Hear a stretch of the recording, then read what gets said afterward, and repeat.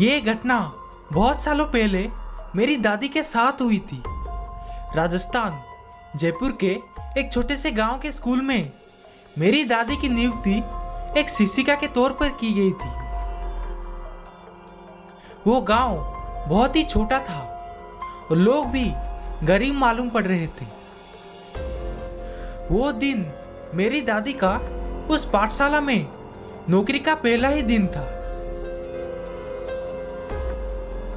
सब कुछ ठीक चल रहा था, पर जैसे ही दोपहर के 1 बजे स्कूल के सभी बच्चे और स्टाफ घर पे जाने की जल्दबाजी करने लगे।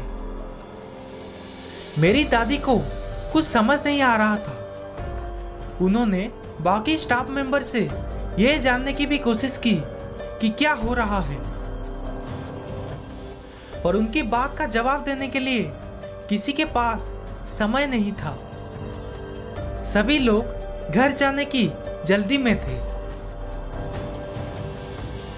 स्कूल बंद हो जाने के बाद दादी के पास घर पे लौटने के अलावा कोई रास्ता नहीं बचा था और मेरी दादी माँ पैदल ही घर के रास्ते पर चल पड़ी।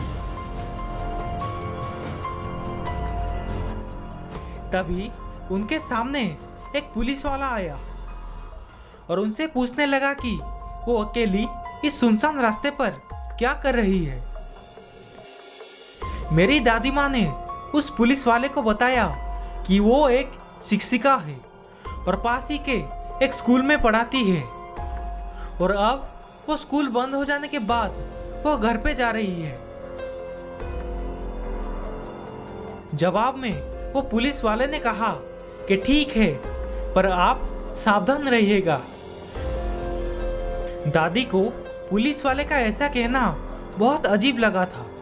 उन्हें ये समझ नहीं रहा था कि दरअसल उस गांव में हो क्या रहा है। पर आखिरकार वो घर पे सुरक्षित पहुंच गई। रेगिस्तान के उस गर्मी से दादी माँ थक गई थी।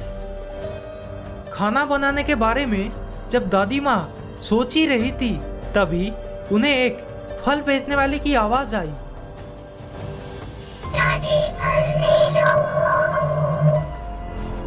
और दादी माँ ने उस फल वाली से कुछ फल खरीद लिए। दादी माँ को भूख लग रही थी, इसीलिए तुरंत ही खरीदे हुए फलों में से उसने एक सेव खा लिया। जिसके बाद मेरी दादी माँ बहुत बीमार पड़ गई और दूसरे ही दिन मेरे दादाजी दादी माँ को लेकर एक बड़े से अस्पताल में चले गए। उस अस्पताल से उनको ऐसा पता चला कि दादी माँ के शरीर में खून की बहुत कमी है, जो सबके लिए एक बहुत चौंकाने वाली बात थी, क्योंकि मेरी दादी माँ एक बहुत ही स्वस्थ औरत थी। घर में सभी लोग बहुत ही चिंतित थे और इस हादसे के बाद दादाजी ने दादी माँ के ट्रांसफर के लिए कंप्लेन कर दी, जिसके बाद मेरी दादी माँ को मथुरा के एक स्कूल में स्थानांतरित किया गया। मथुरा के उस स्कूल में नौकरी करते हुए मेरी दादी की हालत धीरे धीरे सुधरने लगी। पर जब मेरी दादी माँ ने जयपुर के उस गांव में हुई घटनाओं की तहकीकात की, तब पता चला कि उस गांव पर एक डायन का साया था, जो लोगों को जादुई फल बेचती थी। उस जादुई फल को खाने वाला बीमार पड़ जाता था और वो डायन तंत्र मंत्र से उसका खून चूस लेती थी। इस बात पर मेरी दादी का फौरन ही यकीन हो गया,